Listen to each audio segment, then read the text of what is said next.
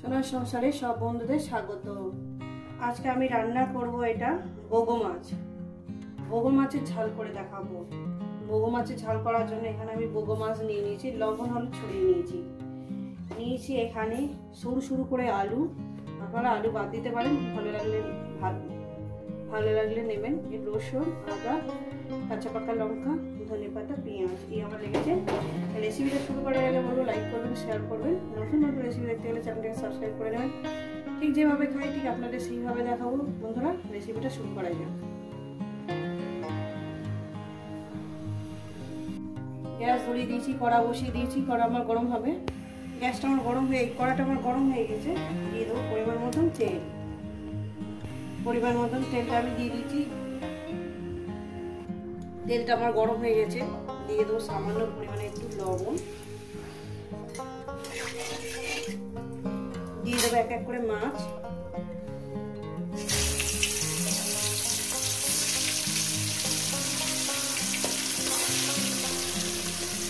যতগুলো ধরে ততগুলো দিয়ে দিলাম। জানি না বন্ধুরা এই মাছটা খাবে কিনা, বলতে পারবো না। কিন্তু একটা ঢাকনা নিয়ে রান্না করবেন। যতগুলো ধরেতে দিয়ে দিয়েছি। এক সাইড হয়ে গেছে বন্ধুরা, এক সাইড করে উঠিয়ে দেবো। এটা আপাতত মাছটা খাবেনি, বুঝতে পারিনি, নাহলে ঢাকনার মধ্যে আওয়াজ হতো। মাছগুলো আমি উঠিয়ে দিলাম। মাছ আমি কোনোদিন সত্যিকারে খাইনি। এই মাছটা কেমন থেকে মাছটা যখন কেনা হয় তখন বলতে সবাই ভালো।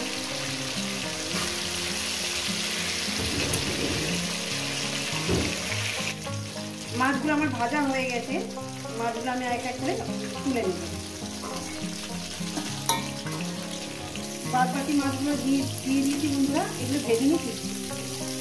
আচ্ছা বন্ধুরা, মাছগুলো আমি ভেজে নিয়েছি। এবার আলুগুলো আমি ভেজে তুলে নেব। আলুগুলো যেন ভাজার মধ্যে যেন সিদ্ধটা হয়ে যায়, সেইভাবে কিন্তু আলুটাকে ভাজবো। রেসিপিটা পুরোটাই দেখবেন, আর কেমন লাগবে অবশ্যই কিন্তু বলবেন। তো বন্ধুরা, আমার আলুটা ভাজা হয়ে গেছে। এটা তুলে নেব, আলুটাকে তুলে নেব। রেসিপিটা কিন্তু পুরোটাই দেখবেন, আর আপনাদের কেমন লাগছে অবশ্যই কিন্তু বলবেন।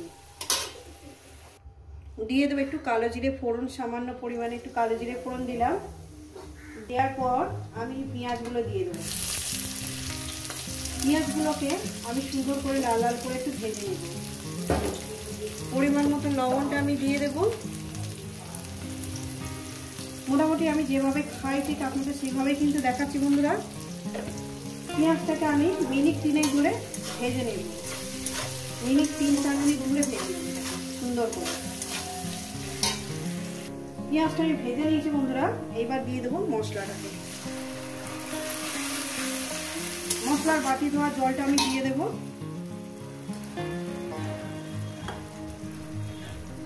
জলটা আমি দিয়ে দিলাম। আর এখানে দিয়ে দেবো আপনার পরিমাণ মতন হলুদ। হলুদটা আমি দিয়ে দিলাম। এবার মশলাটাকে আমি মিনিট 3 ধরে আমি কষিয়ে নেব। 3-4 মিনিট ধরে কষিয়ে নেব,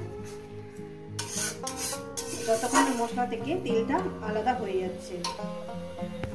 তো বন্ধুরা দেখছেন বন্ধুরা, কত সুন্দর করে আমি মশলাটা দিয়ে কষিয়ে নিয়েছি। তেল আমার ছেড়ে এসছে। সাইডে আমার গরম জল বসানো আছে। দিয়ে দেবো এখানে ফুটন্ত জল। মশলাটা কষিয়ে নিয়েছি, দিয়ে দেবো একদম ফুটন্ত জল। এই ফুটন্ত জলে দিলাম বলে একেবারে মাছ আর আলুগুলো একেবারে দিয়ে দিলাম একসঙ্গে। দেওয়ার পর আমি এটাকে লোতে দিয়ে দেবো। যেহেতু আমার আলু টালু সবকিছু সিদ্ধ হয়ে আছে বন্ধুরা, এবার দিয়ে দেবো ধনেপাতা কুচি, যাতে ফ্লেভারটা সব জায়গায় ছড়িয়ে যায়। ধনেপাতা কুচিটা আমি দিয়ে দিলাম। দিয়ে দেওয়ার পর এটাকে আমি একটু কভার করে চাপা দিয়ে দেবো 5 মিনিটের জন্য। 5 মিনিটের জন্য একটু কভার করে চাপা দেবো। আর গ্যাসটাকে পুরো লোতে করে দিয়েছি।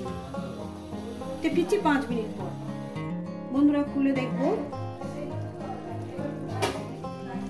দেখুন বন্ধুরা, দেখতে কত সুন্দর হয়েছে না?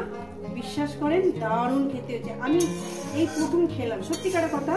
আমি ঠিক এইসব মাছ, আমি রুই মাছ, কাতলা মাছ, এইসব মাছ খেয়েছি, এইটা আমি ঠিক খাইনি, জানি না, কিন্তু আজকে যে বানালাম দারুণ খেতে হয়েছে, দারুণ, সত্যিকারে বলবো দারুণ খেতে হয়েছে। আমি কোনোদিন খাইনি, ছোটবেলা থেকে কোনোদিন খাইনি।